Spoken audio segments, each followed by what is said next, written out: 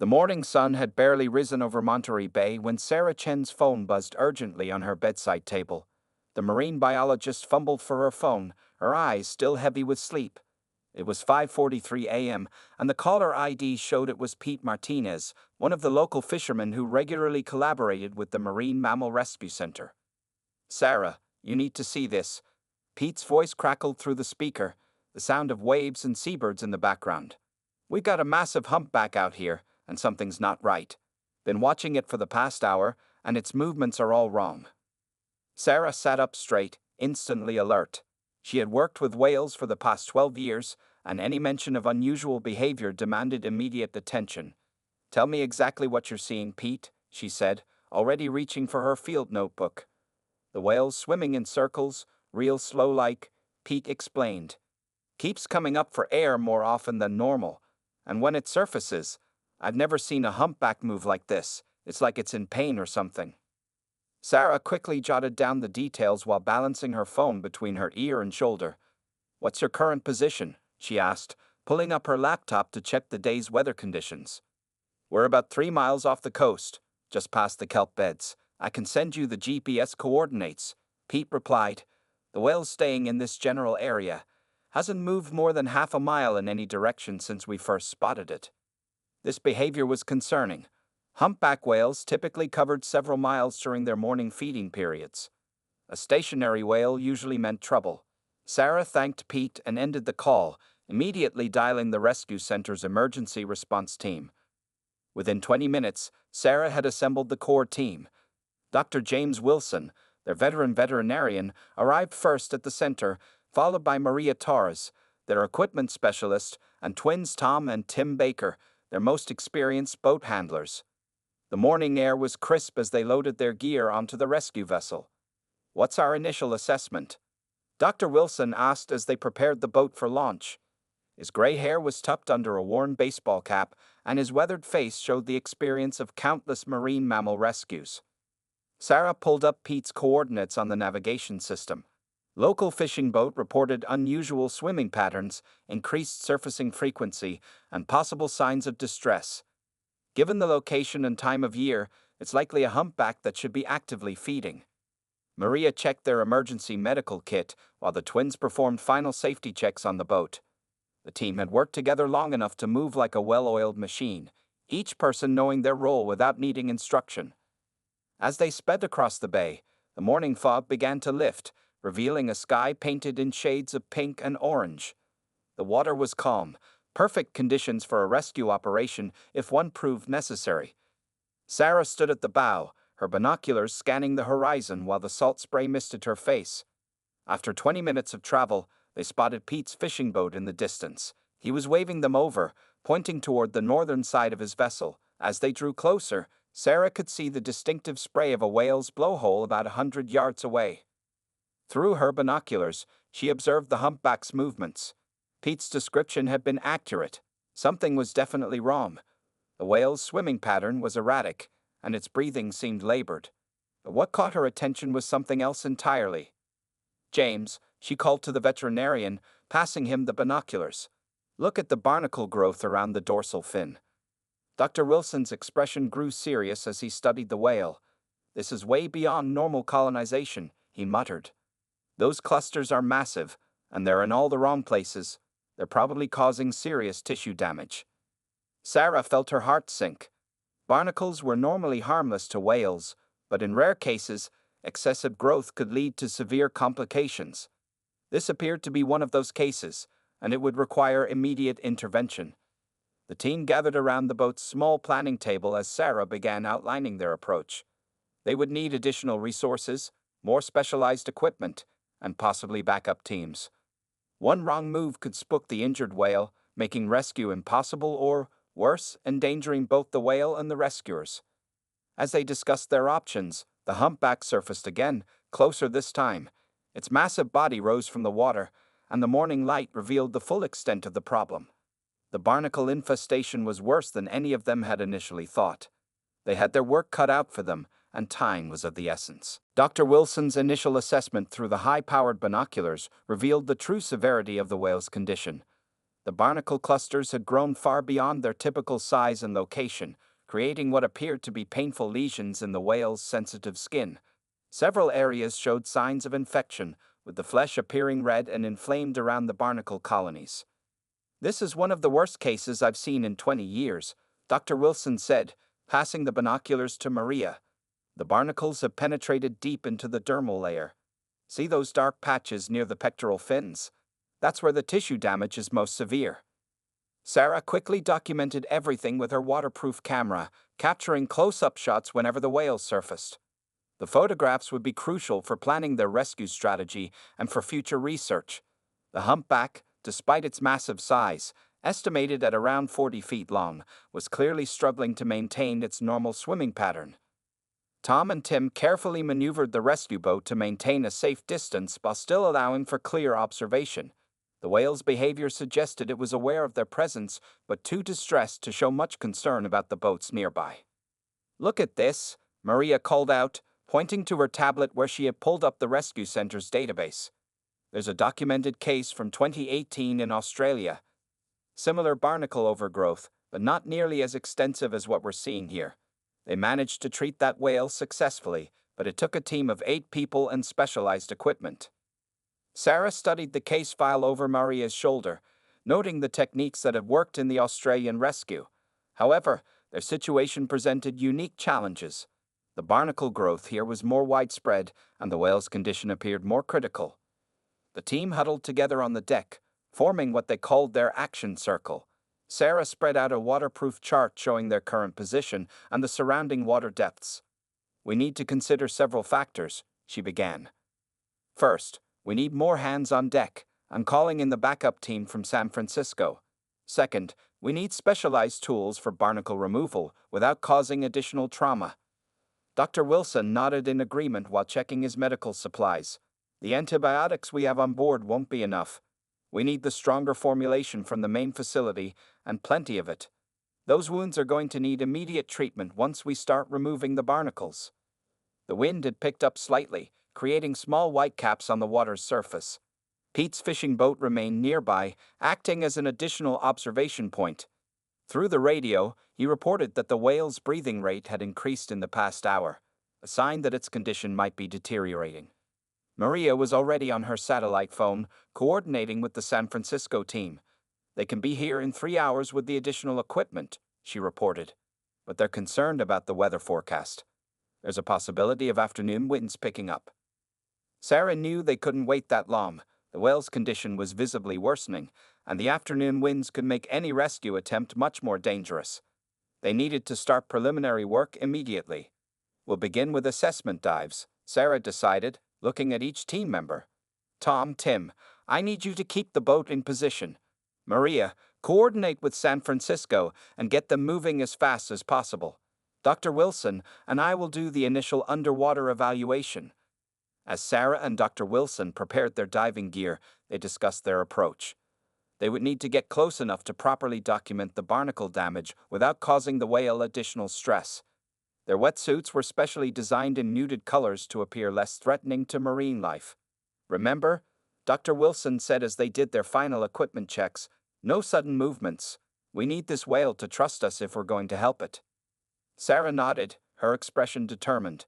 She had done countless rescue dives, but each one was unique, and this case was particularly challenging.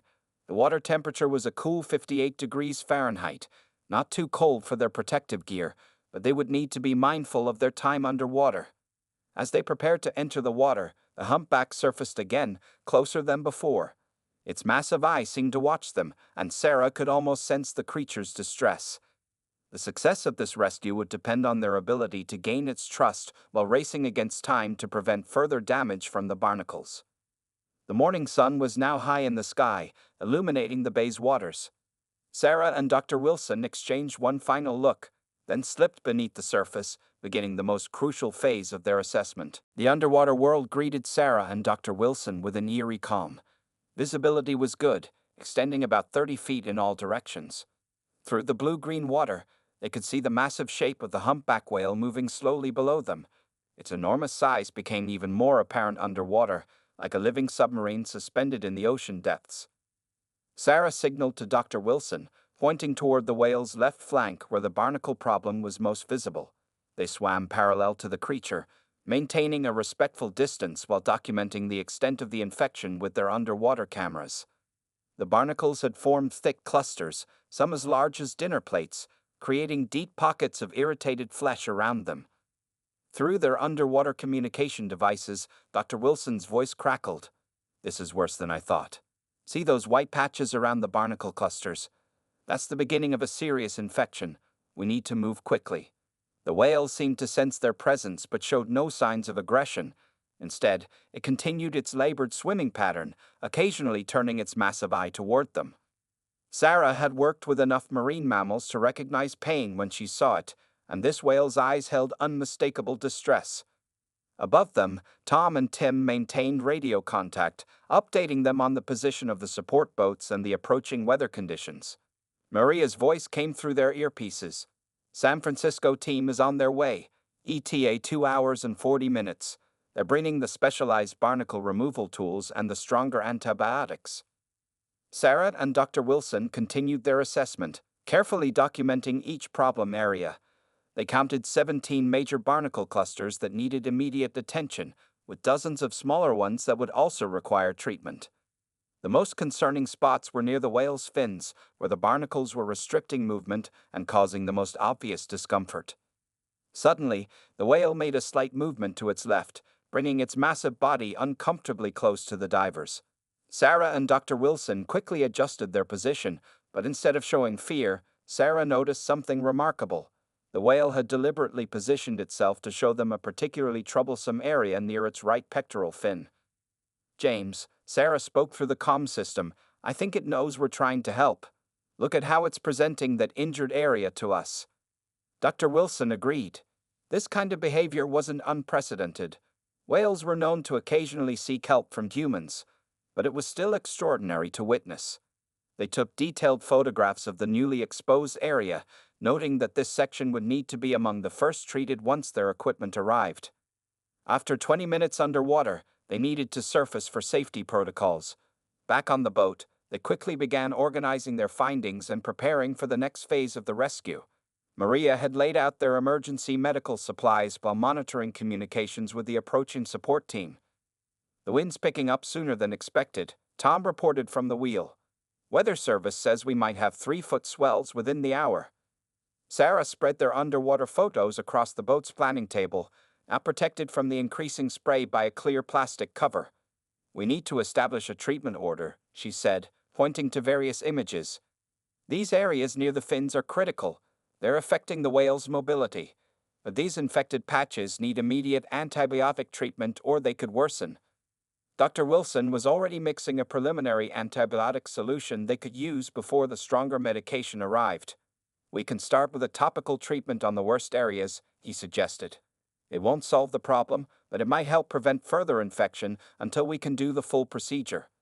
The team quickly organized their next steps. They would need to coordinate multiple boats, divers, and medical teams in what would become one of their most complex rescue operations.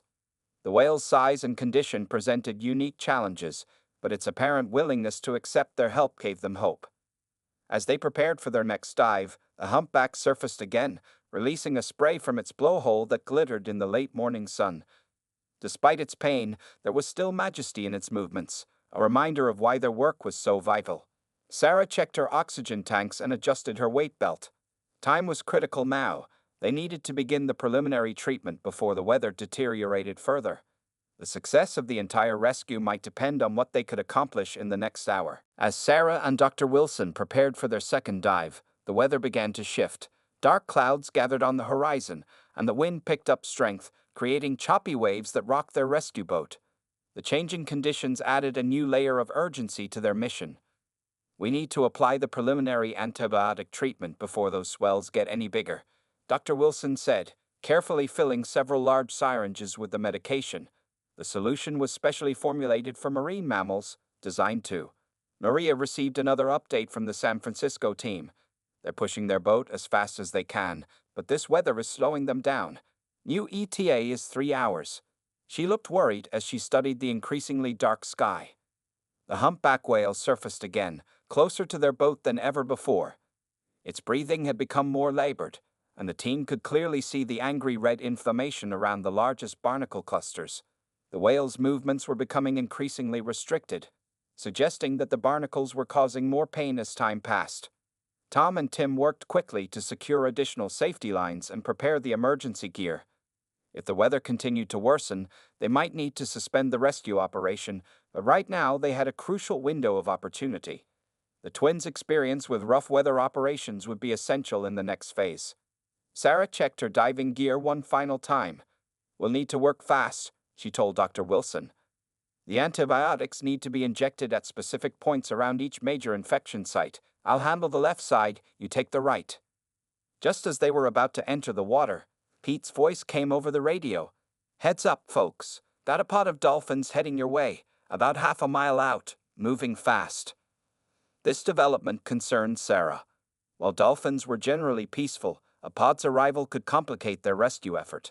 However, when she looked through her binoculars, she noticed something unusual about the dolphins' behavior. "They're moving in a circular pattern," she reported to the team.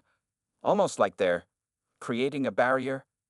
Dr. Wilson had seen this behavior before. Sometimes dolphins will protect an injured whale. They might actually help us by keeping the whale calm. The team couldn't wait any longer. Sarah and Dr. Wilson slipped into the water, each carrying a specialized kit containing the antibiotic syringes. The water had become noticeably choppier, making it harder to maintain their position, but they pressed on. Underwater, they found the whale waiting almost patiently. The approaching dolphin pod had indeed created a loose circle around the area, their presence seeming to soothe the injured humpback.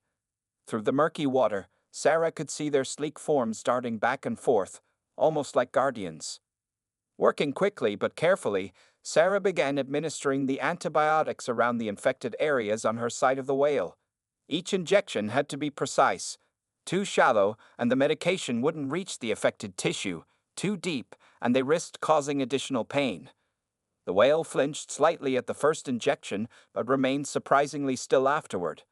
Dr. Wilson's earlier observation seemed correct. The creature appeared to understand they were trying to help. Through their comm system, they could hear Tom providing updates about the weather conditions above. "Swells are increasing," his voice crackled in their ears. "You've got maybe 20 minutes before it gets too rough for safe diving." Sarah worked methodically, her trained hands moving from one infection site to another.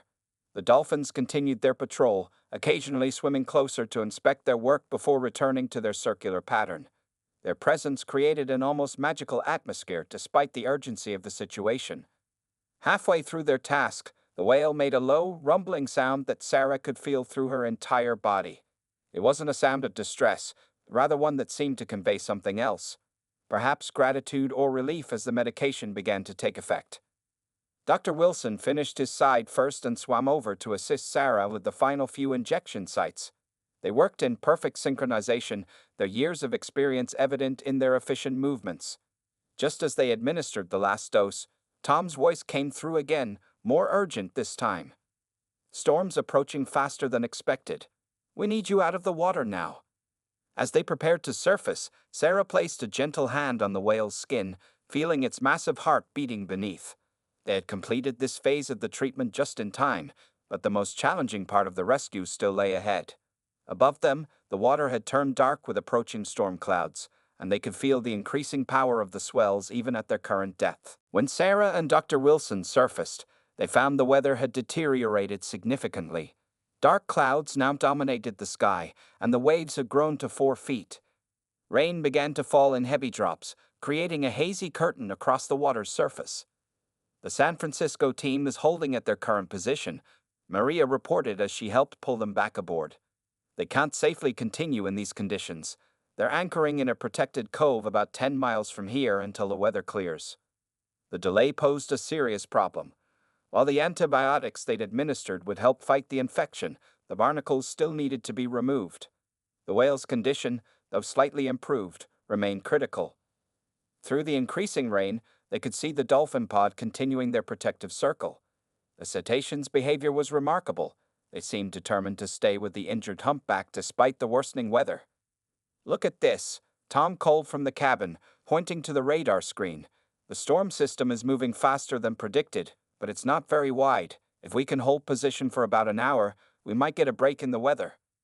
Dr. Wilson studied the radar image while drying off his equipment. The whale seems stable for now.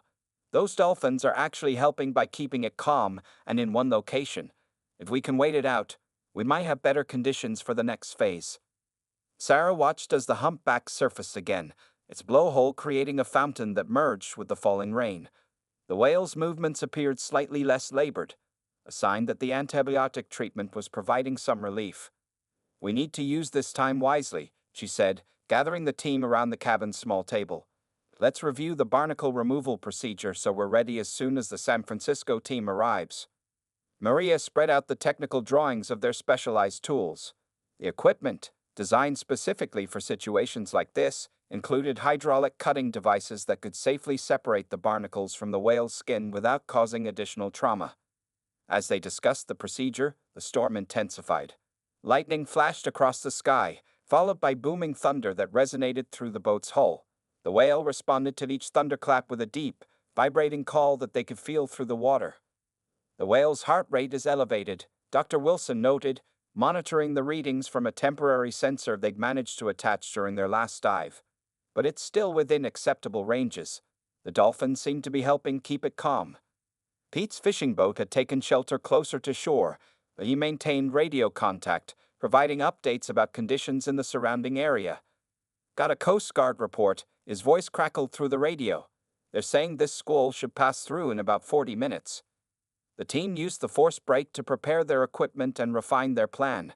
They would need at least 6 people in the water to safely remove the largest barnacle clusters. The procedure would have to be precisely coordinated. Any mistakes could cause the whale additional pain or stress. Sarah stood by the boat's rail, watching the humpback through the rain. Despite the storm, the massive creature maintained a steady position, supported by its dolphin guardians. There was something almost mystical about the scene. These wild animals working together, trusting humans to help in their time of need. Suddenly, Maria called out from her weather monitoring station. "There's a break in the clouds coming. Look to the west." Sure enough, a patch of lighter sky was visible on the horizon. The wind had begun to decrease in intensity, and the thunder had grown more distant. The storm was passing just as predicted. Dr. Wilson checked his instruments again. "The whale's vital signs are holding steady. As soon as this weather clears, we should have ideal conditions for the procedure." The team began their final preparations. They checked and rechecked their diving gear, laid out the medical supplies in precise order, and reviewed their communication signals.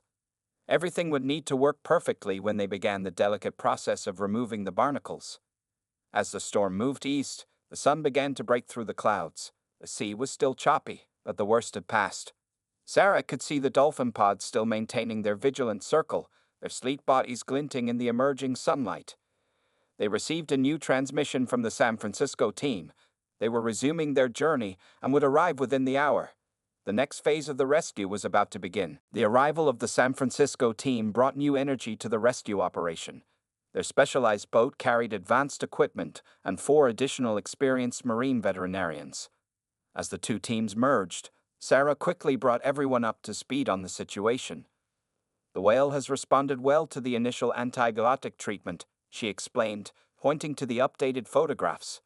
"But we have a narrow window of opportunity before dark. The barnacle removal needs to be completed in one session to minimize the whale's stress." Dr. Emily Rodriguez, the lead veterinarian from San Francisco, examined the underwater footage they had captured. "These barnacles are deeply embedded," she noted, running her finger along one of the images. "We'll need to work systematically, starting with the most severe clusters near the fins." The teams divided into 3 working groups. Each would focus on a specific section of the whale, using the hydraulic tools to carefully remove the barnacles while simultaneously treating the exposed areas with antibiotics. The dolphin pod, which had maintained their vigil throughout the storm, continued to circle protectively. "Water temperature is holding at 57 degrees, Tom reported from the monitoring station.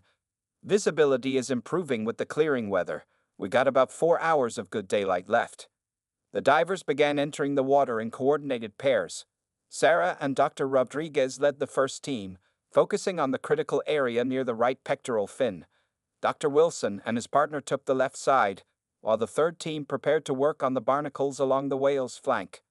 Underwater, the scene was intense but controlled. The whale remained surprisingly still as the teams began their work. The hydraulic tools emitted a low hum as they carefully separated the first barnacles from the whale's skin. Each removal had to be precise. Too much pressure could cause bleeding, too little would leave fragments behind.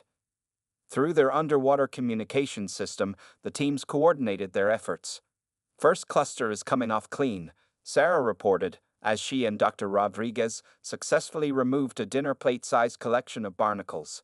The exposed skin underneath was raw but healthy enough to heal properly. The dolphin pod adjusted their circuit to accommodate the working divers, occasionally swimming close to inspect the progress. Their presence seemed to have a calming effect on the humpback, which remained remarkably cooperative throughout the procedure. Above water, Maria coordinated the support effort, ensuring fresh air tanks were ready and medical supplies were prepared for each diving team. The boats maintained their positions carefully, creating a stable working environment despite the lingering ocean swells. 2 hours into the operation, they had removed nearly half of the problematic barnacles. Each team worked methodically, treating the exposed areas with antiseptic gel as soon as the barnacles were removed. The whale's breathing pattern had remained steady, indicating it was handling the procedure well. "Look at this." Dr. Wilson's voice came through the comm system. He had discovered that beneath some of the larger barnacle clusters, smaller fish had taken up residence, creating their own micro-ecosystem. These had to be carefully relocated before the barnacles could be removed. The sun was lower in the sky when they began work on the final major cluster. This one, located near the whale's tail fluke, required particularly delicate handling due to the amount of movement in that area. Sarah and Dr. Rodriguez worked together, their movements synchronized after hours of practice. As the last barnacle cluster came free, a noticeable change came over the whale. Its movements became more fluid, less restricted. The teams began their final task of applying a protective coating to all the treated areas, a special formula that would help prevent new barnacles from attaching while the skin healed. The dolphin pods seemed to sense the completion of the procedure. Their circular pattern changed, and they began to swim closer to the whale, their clicks and whistles filling the water with what sounded almost like celebration. Just before the divers needed to surface, the humpback made a gentle movement, lifting its massive head slightly and turning its eye toward Sarah and her team. In that moment, there seemed to be a clear connection, an understanding between species that transcended the barriers of their different worlds. As the sun began to set, casting orange light across the now calm waters, the team started their ascent. The most challenging part of the rescue was complete, but they still needed to monitor the whale's recovery. The next 24 hours would be crucial. The team surfaced as twilight approached, their mission largely successful but their work not yet complete. While the immediate threat had been addressed, monitoring the whale's recovery would be crucial. Sarah and Dr. Rodriguez worked quickly to attach a small tracking device to the whale's dorsal fin, a non-invasive tag that would allow them to monitor its movements and diving patterns over the next few weeks. "All vital signs are stable," Dr. Wilson announced, reviewing the data from their underwater sensors. "Temperature is normal, respiration rate has improved, and the treated areas are showing good initial healing response." The dolphin pod, which had been so instrumental in keeping the whale calm during the procedure, began to show signs of shifting their behavior. They moved in closer to the humpback, their communications becoming more animated. The whale responded with a series of gentle calls that vibrated through the water. "Look at this," Maria called from the monitoring station. "The whale's movement patterns are already showing improvement. The tracking data shows more fluid motion, especially around the areas where we removed the largest barnacle clusters."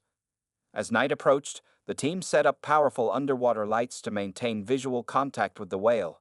The illumination created an ethereal scene, with beams of light cutting through the dark water and reflecting off the marine mammal's smooth skin.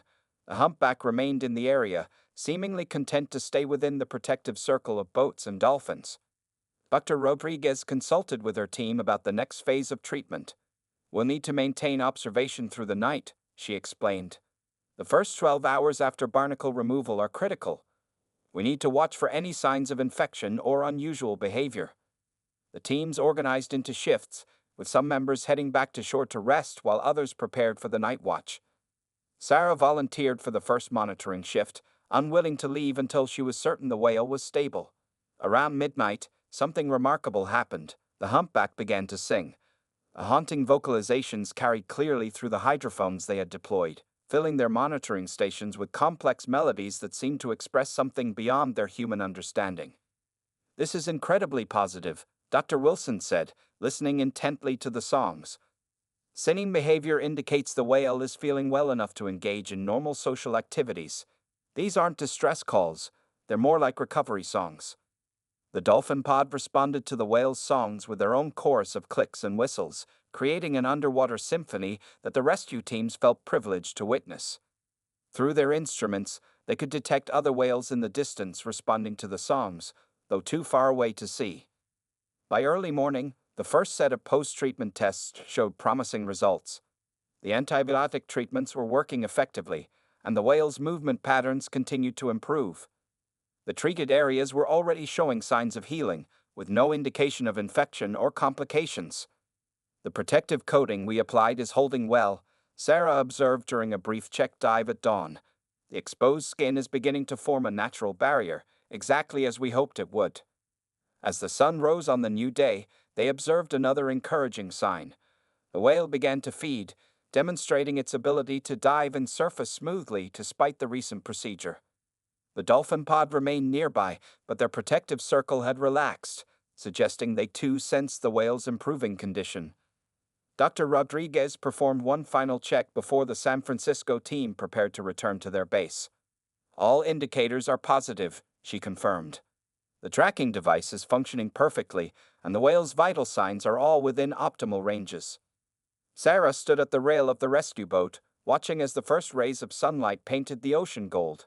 The humpback surfaced nearby, its blow creating a rainbow in the morning light. The creature's movements were noticeably more graceful now, unburdened by the painful barnacle clusters that had so restricted its motion. "We'll maintain monitoring for the next several weeks," she told her team, "but I think we can officially call this rescue a success." The dolphin pod began to disperse, their role as guardians coming to a natural end. One by one, they departed with acrobatic leaps, as if celebrating the positive outcome of their collective effort. The whale responded with one final song, a series of deep, resonant notes that seemed to carry both gratitude and farewell. As the morning progressed, the rescue boats prepared to return to port. The teams had accomplished something remarkable, not just saving a whale, but witnessing the extraordinary cooperation between species that made the rescue possible. In the weeks following the rescue, Sarah and her team maintained careful monitoring of the humpback whale through the attached tracking device. The data they collected told a story of remarkable recovery. The whale's diving patterns had returned to normal, and its migration route suggested it had successfully rejoined its pod. "Look at these movement patterns," Sarah pointed out during a team review meeting 3 weeks after the rescue. She displayed a map showing the whale's journey along the coast. "It's traveling at optimal speed and maintaining consistent diving depths. All signs of a healthy humpback." Dr. Wilson studied the latest satellite data with satisfaction. The tracking device showed the whale had traveled over 300 miles north, following the traditional migration route along the Pacific coast. More importantly, its movement signatures matched those of other healthy whales in the area. "The most remarkable thing," Maria added, pulling up underwater photographs taken by their network of marine researchers along the coast, "is how quickly the treated areas have healed. The protective coating did its job perfectly." The rescue had attracted attention from marine biology centers across the globe. Sarah and her team had carefully documented every step of the procedure, creating a detailed case study that would help other rescue teams facing similar situations. The unusual cooperation they had witnessed between the dolphins and the injured whale became a particular point of interest in the scientific community. 1 month after the rescue, they received exciting news from a research vessel near the Oregon coast. They had spotted their tagged whale swimming with a pod of humpbacks, showing no signs of distress. The photographs they sent showed healthy skin where the barnacles had been, with only faint marks remaining as evidence of the ordeal. "The real success story here," Sarah explained during a presentation to marine biology students, "isn't just that we removed the barnacles. It's that we prevented a potentially fatal infection while allowing the whale to return to its natural migration patterns." Pete, The fisherman who had first spotted the distressed whale continued to share his observations whenever he encountered humpbacks in the bay.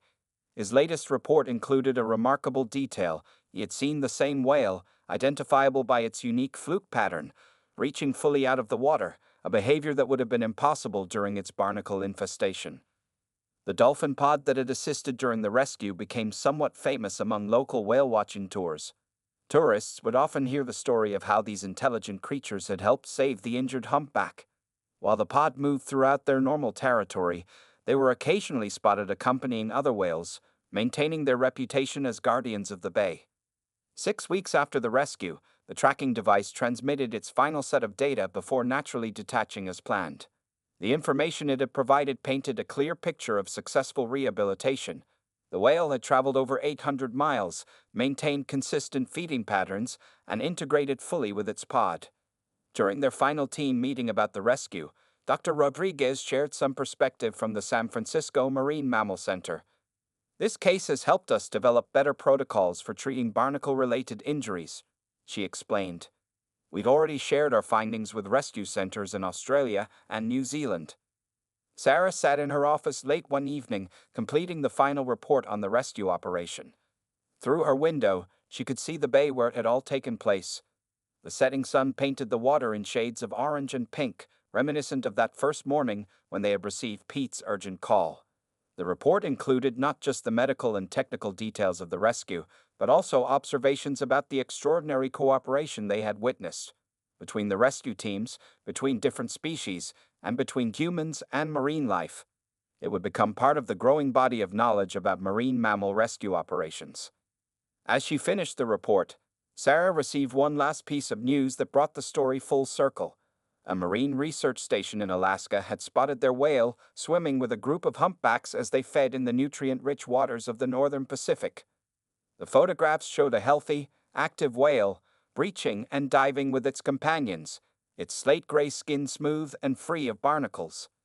The rescue had done more than save one whale. It had contributed to their understanding of marine life and reinforced the importance of ocean conservation. For Sarah and her team, it stood as a testament to what could be accomplished when humans worked in harmony with nature, respecting and protecting the magnificent creatures that shared their world.